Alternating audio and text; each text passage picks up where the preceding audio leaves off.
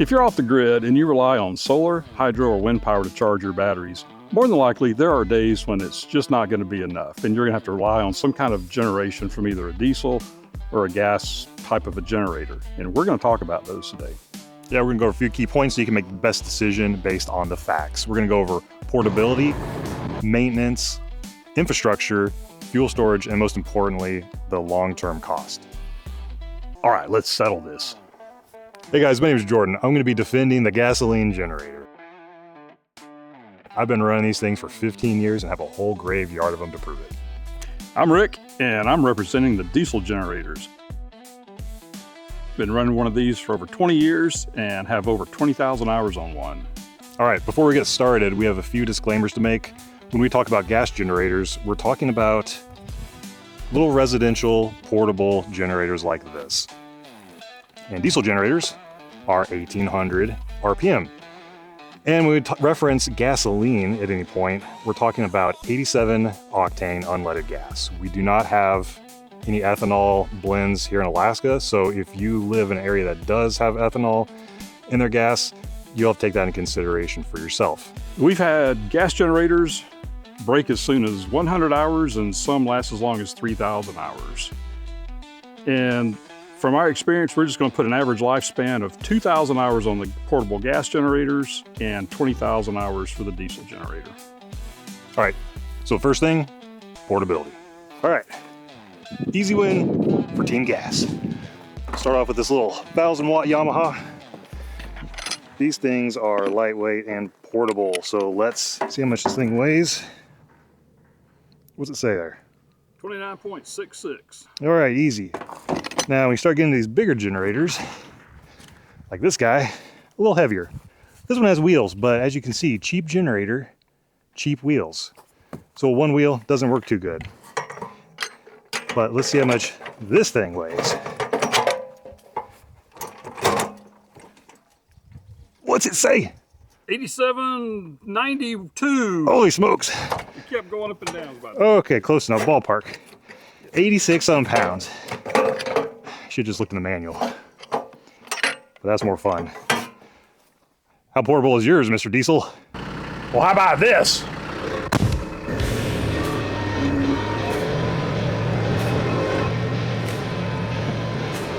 Nope. How about this? Why do you need a portable generator? Well, if you have a cabin or live in a remote location, then you have to think about how you're going to get that generator to the location. So if you have a big diesel generator, that's going to be difficult to do. Gas generator, much easier to transport over four-wheeler, snow machine, even airplane. Now, another reason why you want portability is if you need to power something that is beyond the reach of an extension cord, such as an air compressor to fill up this flat tire.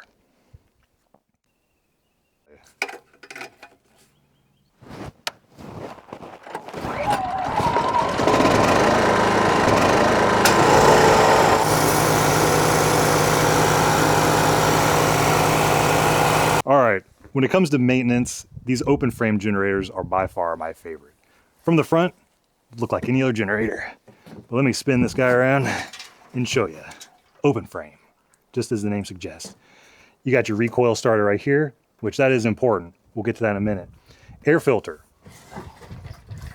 Your valve cover, because you're going to need to do your valves, adjust your valves every so often. Oil drain right there. And your oil filler. Easy to get to, and of course your muffler so you can clean out your spark arrestor. Even the gas tank just has 4 bolts on the top, so if you need to replace your gas tank, you can easily do that. Well, you know, my open frame diesel generators are pretty easy to work on too. Actually, I think they're more open frame than that and easier to get to in a way. And what are these things? Man, get out of here, man. Go back to your side. All right, well, I guess we have to address the elephant in the room. The suitcase generator. My nemesis when it comes to maintenance. Let me show you a few things here. First, you got to take these side panels off. Not a big deal at all. They just come off. There's usually a few screws in here, and the sides pop off, which I already unscrewed those. And you have I think on this one, you drain from right here. It has a special little piece you stick in there so you can drain the oil out, or you can just drain it out and have it spill everywhere. That's always fun. That's not hard to do, oil changes, but your air filter, not the easiest to get to. Okay, that's not even a big deal. Let's flip it around to the other side. Wait a minute, wrong side. I was on the right side. There it is, there's your valve cover. Not too bad, not bad. Spark plug, I know for a fact those are harder to get, they're kind of hard to get out. It doesn't look like it, but it's hard to get a deep socket in there to even change your spark plug. But if there's anything else you want to change in there, it's just more cramped and hard to get to. Now, this Furman here, this video is not sponsored by Furman, by the way, just in case you were wondering. Look at this. See this? The only thing wrong with this generator is the recoil starter has stopped recoiling, and we need to fix it. This would be an easy fix if this was an open frame. And you think, well, you just got to take these off, right? We try, yeah. You take those off, and guess what? There's a whole bunch of wires back there because your panel's right here. There was some other stuff. I can't even remember what was holding this thing on. It was not easy. So we just put it off to the side. We said, you know what? We're gonna work on this another day, and it's been sitting here ever since.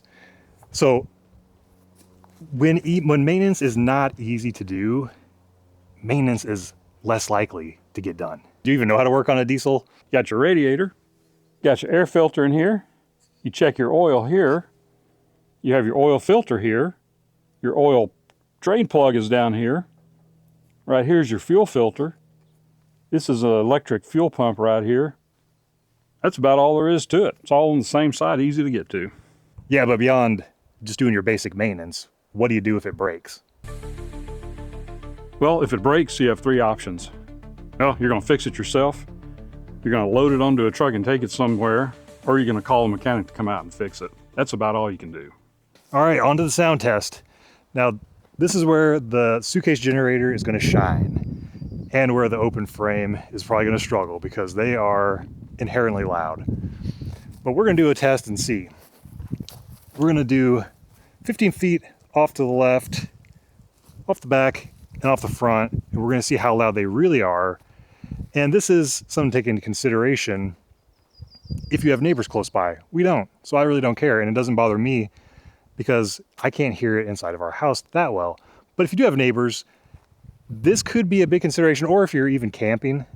The suitcase generator has insulated soundproof panels on the side. So we're gonna do a test and see how quiet it is compared to the open frame. All right, we had a slight change of plans for this segment. This Champion generator, which I thought was gonna run fine, did not. It was tripping the overload protection after a few minutes, which was causing the eco throttle to kick on, and you cannot override that. It just stays on the eco throttle. So that wasn't going to allow us to run the proper sound test here. So we dragged out the old Ryobi, which again I thought was gonna run fine. And after many failed attempts, we could not get it to start. Even with starter fluid, it was starting to run, but would not stay running. So we're gonna set this one aside and work on it another day.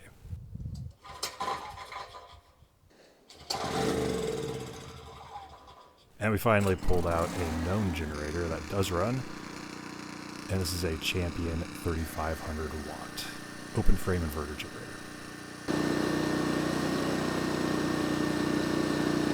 I accidentally deleted the footage of the Yamaha suitcase generator, but I do have the decibel readings.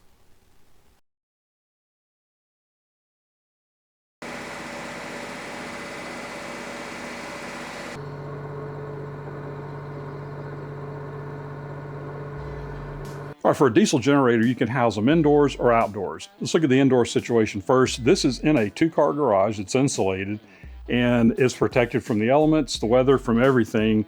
There's low dust, and the maintenance is easy to get to because you're working on it inside. This is a good situation. It also provides a benefit of, in the wintertime, you get heat.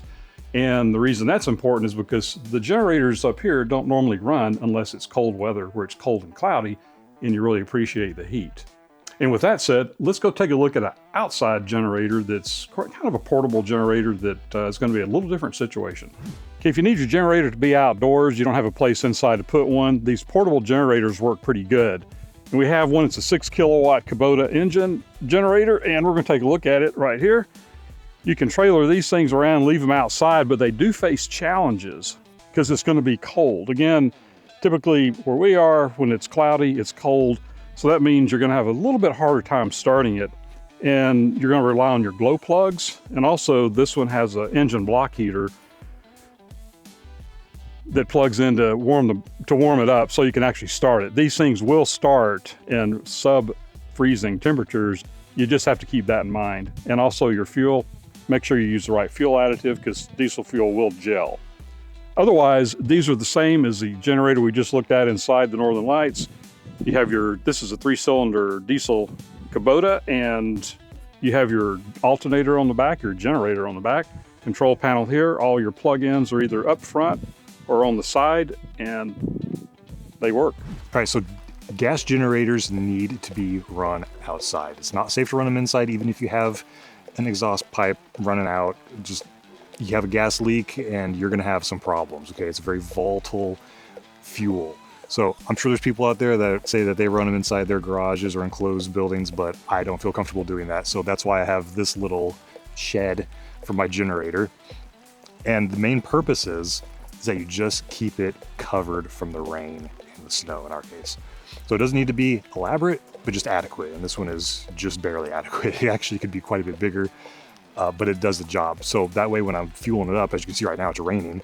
So when I go to fuel it up, when I open up that gas tank on top of the generator, I'm not getting rain or snow inside the tank, which is gonna rust and cause a lot of problems. But that way when you're fueling up the generator, you're not getting rain or snow inside the gas tank, which is going to cause rust, which then leads to all kinds of problems. If you're having a conversation about diesel versus gasoline, there's one important thing to consider. Diesel fuel has its pros and cons, and we'll talk about both of those right now.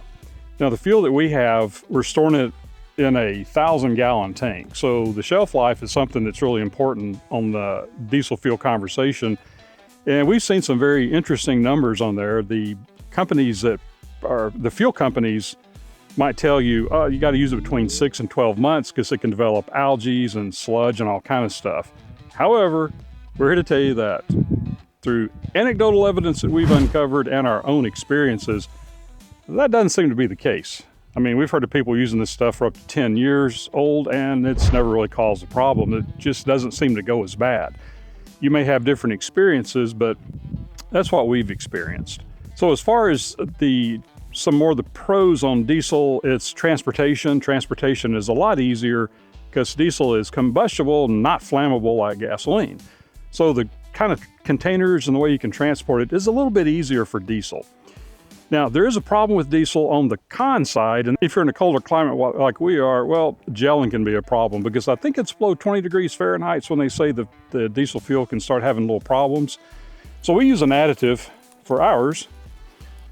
This isn't sponsored by Hot Shot Secret or anything, but this is one that we found really good, and it does really good on tests. And this is the EDT Winter Defense Plus or something like that. Anyway, it actually works pretty good, and it gets really good reviews from the online YouTubers for preventing gelling in the fuel, which is our main concern. We do get to 20 below up here, and we don't really want the fuel to gel up between the tank and the generator.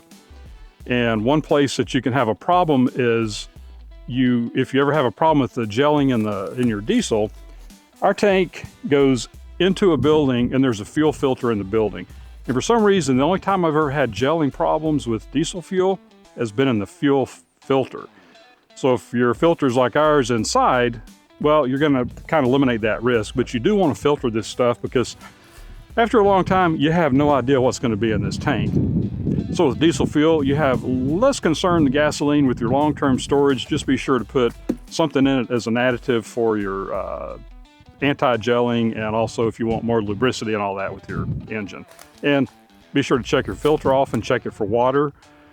And we use the Raycor type filters where they have a bowl in the bottom where you can see if there's water in the fuel. So gasoline can be stored in large containers just like you would store diesel, but it's not really recommended. I would not recommend it because gasoline fuel does not last for that long. That's typically why the 5-gallon gas can is the most popular method, because you can go through this fairly quickly, even if you're not using your generator a whole lot. Okay, 5 gallons isn't a lot, but not really the ideal container for storage, in my opinion, because left out in the sun, they'll bloat, your cans can crack. Okay, plus you don't want your gas getting hot. You can have hydrocarbons evaporating off. It's going to oxidize your fuel faster. So not my preferred method, but this is what I use most of the time. The steel tank, though, is a lot more convenient because it has a vent on the top for one, and also it holds, I think it's about 12 gallons. I'm not positive, but a lot less filling up. You know, you have to get your can up there and pour it into the generator, and this one's got the cool little thingamajiggy here. Feels like you're at a gas pump, even though it's just gravity fed, so you do have to get it up high for it to feed down. But this is awkward to get out in and out of a vehicle. It weighs about 100 pounds when it's completely full. So one man can do it, but it's really a two-person job to make sure you don't hurt yourself. As far as the lifespan of gasoline goes, I've heard some pretty bold claims. I've heard people say that they have used gas that was 5 years old. And I completely believe them, because I've had equipment sitting around that has had some pretty old gas in it and they fired right up. But not ideal, not what you want to do. Old gas is going to have less energy in it because of the hydrocarbons that have evaporated off. It's going to possibly have more water in it, probably will. It can gum up your carburetor. It's just not an ideal scenario. You want to use up gas as quickly as possible. So the solution to that is to use a fuel stabilizer, such as Stabil. And I don't have a can with me. I don't know where it is. For some reason, I can't find it. But they have two versions. They have the red and the blue. I think either are going to be fine. One's a marine version. And I believe they claim they'll protect the fuel for up to 1 year. And there's another product called Starbright. I've used theirs before. And they claim that'll protect for up to 2 years. I don't know if I would trust that completely, but the point is that it does protect your fuel for some period of time, more than it is without an additive. So I always put it in my gas just to make sure, because most likely I'm just going to use my gas within that 2, 3, 4 months anyways, but just in case I don't, it's protected. My gas is not going to be degrading if I don't use it right away. And another thing you can use, which I do have, is heat. The red can specifically.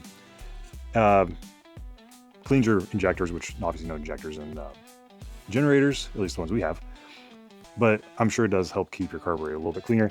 And also says remove water. It doesn't remove water. It actually just mixes with the gas. It helps the water mix with the gas so you can burn it. But I like to put these in from time to time as well, especially in the winter when there's going to be more condensation in your fuel tank. For wiring the diesel generators, it's pretty straightforward. And of course, this is I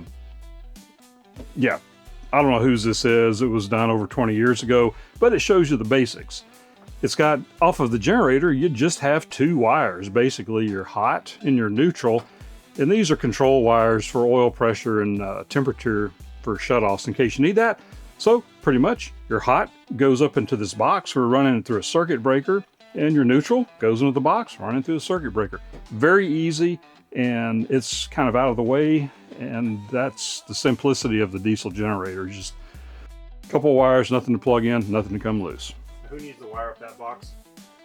Oh, a certified electrician. You always want the certified electrician to wire everything, all the time, every day. Certified electrician to do these connections. Alrighty, wiring for a gasoline generator is pretty straightforward. Nothing too special except for the cable itself. This is a 10 gauge cable. It kind of looks like an extension cord. It's really heavy duty because it's outside, so it needs to be, weatherproof and all that. And this is a 30 amp, 120 volt plug because my inverter is only 120 volts. I don't have 240 on there.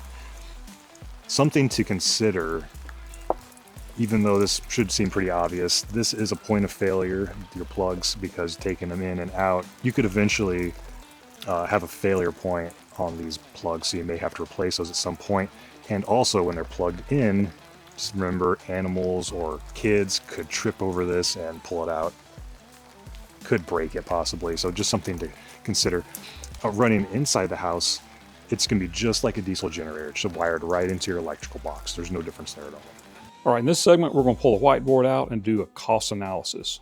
We're putting a diesel generator up against a portable gasoline inverter generator. The goal is to come up with a price tag to produce 80,000 kilowatt hours of electricity. In this, we're going to consider the cost of the generator, the cost for the fuel burned, and the basic maintenance. Let's go over the reasoning behind the two generators that we chose for this scenario. As we mentioned earlier, we're talking mainly about an off-grid setup where battery charging is the main usage, so we picked the generator with a reasonable output for the modest-sized battery bank. In this example, we're using an 8 kilowatt Kubota diesel and a Champion inverter generator with a continuous output of 7,250 watts. Between these choices, we're looking at two price extremes. However, the high price going to the diesel and the lower price tag going to the portable gas generator. For the fuel consumption, we're going to run calculations with a 50% load. And you might be thinking a higher load would increase the efficiency, and yes, it would. The problem is, with these smaller generators, we typically can only calculate the fuel burn at 25, 50, and 100% loads. Now, when I say fuel burn or fuel consumption for the gas generator, we're using the information that's published indicating how long a generator will run and the fuel tank capacity. So it's not a hard number published by the manufacturer. We're just dividing the fuel tank capacity by the estimated runtime to get these numbers. The diesel generator has an actual 50% load fuel burn published in gallons per hour. Interestingly, for the gas generator we're using in this example, we did find a 50% load runtime where we could calculate a fuel burn, but it might have been from older information floating around the internet. We're not sure. So we compared the number we found to the currently published number for a Champion non-inverter 8,000 watt generator, and the inverter generator we're using had an approximately 5% less fuel burn, so everything seemed to be in the ballpark. Now, why 80,000 kilowatt hours? Well, this is a long-term scenario, so we're using the commonly anticipated lifespan of a diesel generator of 20,000 hours. This Kubota has a rated output of 8 kilowatts, so at a 50% load, that's 4 kilowatts of output. So 20,000 hours times the 4 kilowatts of output, we're looking at 80,000 kilowatt hours of production. This is a simple scenario with simple calculations. So no variables will be introduced, which could throw off the final number by several percentage points. This is just an example to offer a rough idea if the generators are really far apart in long-term cost or if it's a toss-up.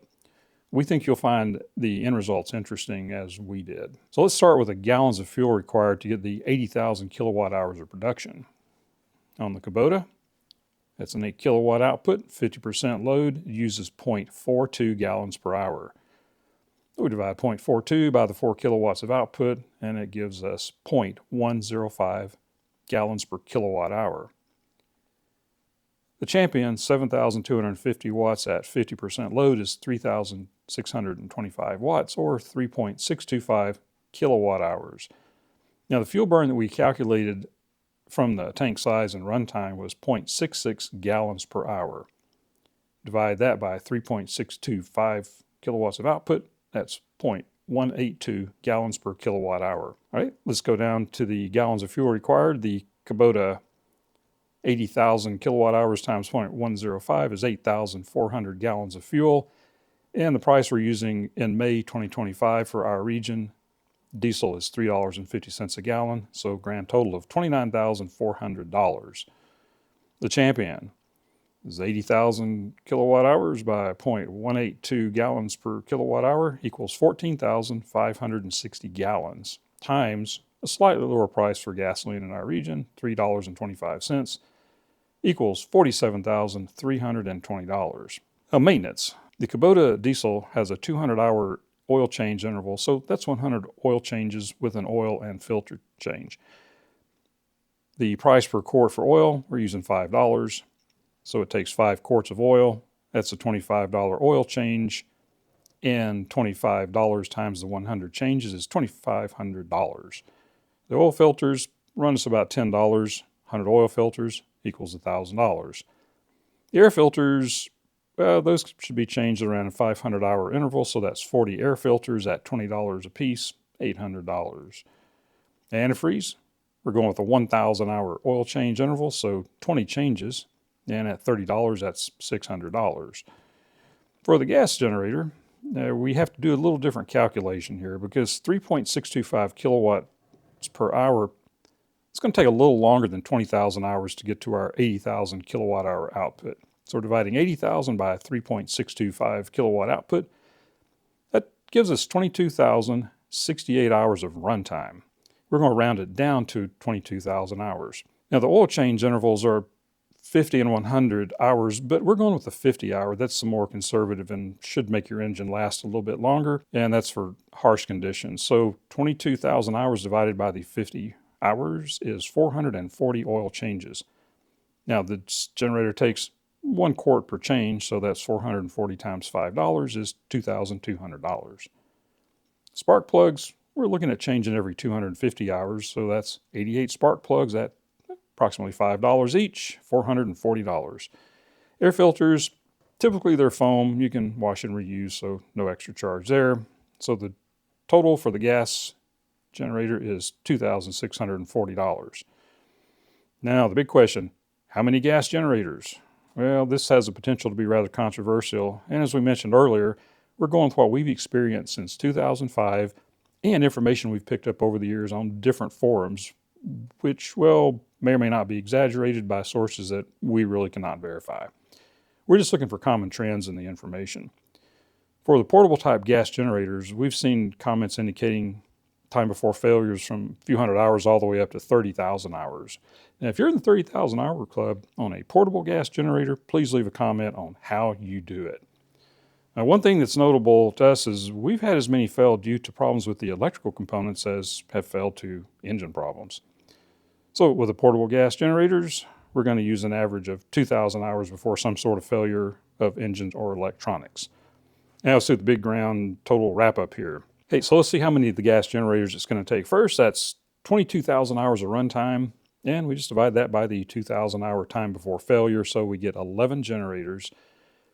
And the price today is $1,200 approximately, so $13,200. And with the diesel generator, they range from $8,000 to $9,000, but we're going to go with $9,000. So the Kubota diesel generator, $9,000. The fuel, $29,400. And our estimated maintenance, $4,900 for a grand total of $43,300. For the Champion gas generator, cost of the generators, $13,200. Cost of the fuel, $47,320. And the maintenance, we estimate $2,640 for a grand total of $63,160. All this to produce 80,000 kilowatt hours of electricity. Diesel versus gas, what's your take? What was the first thing? Portability. Portability. Gas definitely wins there. By a long shot. Very easy to move around if you need to move it around. However, how many times have you moved your generator around your diesel? Never. Probably never needed to. No. I mean, it's getting end of life, so it's got to be replaced, but it's been sitting there the 20 years that we've lived here. So I think this is one of those, it comes down to, like everyone says in every single product review ever, which one's best? Well, it depends. It depends on what you're going to use it for. Yep. So if you don't need to, move it out to a cabin or, really remote, then either one is going to be fine. And then maintenance, I'd say that's pretty even there. They both have pros and cons. Yep. I'd agree with that. But the big thing, one of the bigger ones, we'll get to the cost at the end, but one of the biggest things, fuel storage, of course. The diesel gets the edge there, I would say. Because gas is just so smelly, and having to the way I'm doing it, putting the 5-gallon cans in the car, not the best method at all. So the diesel, that's a little better anyways. The diesel smells better, in my opinion. I know you don't like it. Yeah. You don't like it, but I think it's all right. Diesel smells crazy. But the heating part, if you live in a cold place, the free heat. What do you think about that? You can't beat the free heat. Well, that kind of rhymes. You can't beat the free heat because that's something we didn't even take into consideration. Like, it's in the building. Yep. And I would guess to heat that garage up, it's a big 2-car garage, it'd probably cost, if I was using some kind of a fuel, it'd probably be $600 a month. We use wood, so you got labor and equipment, but $600 a month for the 20 years we've been here, that's $12,000 worth of free heat. So, I don't know. You're heating a garage. I'm just contributing to global warming. And it hasn't worked yet because it's still cold in Alaska. Right. What is it today? May, sometime in May, and we're sitting here shivering like a couple of chihuahuas because it's cold and it's cloudy and rain. So, yeah. I like the free heat thing. The free heat. Mm-hmm. Recapturing that. So the diesel gets a big boost in the rankings there. Unless you live in a warm climate and that's not something you want. That might actually be detrimental. If you live in a really hot place, you might not want your garage getting hot. In that case, you could probably just stick it outside, because if it never gets cold, then you don't have to worry about cold starts. Right. And you could put it outside in an enclosure apart from apart from your garage. You know, the funny thing about that is, if it's warm where you are, it's probably going to be typically sunny. Right. Or you're going to have sun. Yep. Because that's what we find. It's like, yeah, when it's sunny, we don't need the heat, but when it's, overcast and we need the generator to run, or it's wintertime, that's when we want the heat. Mm-hmm. So if you're in the South, you're deep down somewhere, you're going to really appreciate it. However, that leads us right into that one thing of like all the factors. I mean, there's so many factors that you could consider, and the biggest one I think is location, because we're just north of 61 degrees north latitude up here in Alaska, and man, there's 4 months out of the year where where we have to run the generator. Now, a lot of people, guys out there, may not have to do that. One portable might last somebody's lifetime if you live in Arizona or New Mexico or something. Whether you even need one or not, I don't know, but yeah, it's going to last a long time. The diesel, you get the free heat, you get all the stuff. When you need it, that's when you get to use it. Like, yeah, I need my heat because it's wintertime, because our days are short. Like, our days are really short, for 4 months out of the year. So, man, it's a toss-up. There is a lot to consider in that, but it's a toss-up for other people, but for us, it's kind of not. It's not, because diesel is important for us. I had to play the role of trying to defend the gasoline generator. How are you doing? I'm a traitor. I can't stand them. I'm gonna be honest now. I really don't like them. They do the job, but man, so many. I've gone through so many generators, and you never know. There's no consistency. The Champions so far have been one of the best ones, but even those have had some problems. It's like, you don't know if you're gonna get 3,000 hours, 4,000 hours, which we've rarely gotten, or if you're gonna get even above 1,000. Right.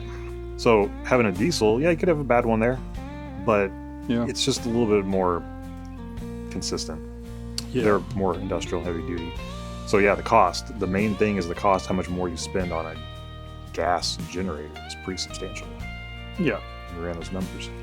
Now, if you're in the 30,000 hour club on a portable gas generator, leave us a comment, and you might as well like and subscribe or something, because...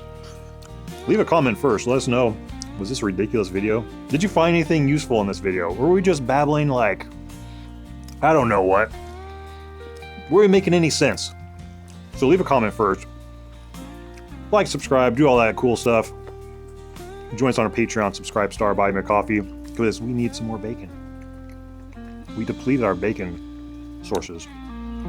Thank you so much for watching, and we'll see you next time.